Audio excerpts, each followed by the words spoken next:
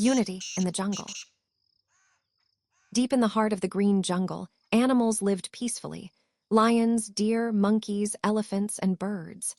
They all kept to their groups, rarely mixing, but life was calm. One summer, a terrible drought struck the jungle. The river dried up, trees wilted, and food became scarce. Fear spread. The lion roared in anger, the deer trembled in hunger, and even the mighty elephant looked worried. One day, Maya the monkey climbed a tall tree and shouted, "Fighting won't bring water, we must work together." The animals gathered. "What can we do?" asked the parrot.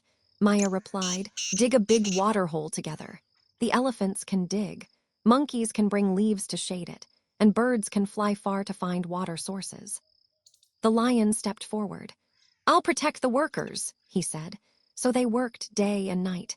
The elephants dug deep, the monkeys carried branches, and the birds brought news of rain clouds nearby. Soon, the water hole filled with rain. The jungle buzzed with joy. Animals drank, danced, and celebrated. From that day on, they didn't live apart.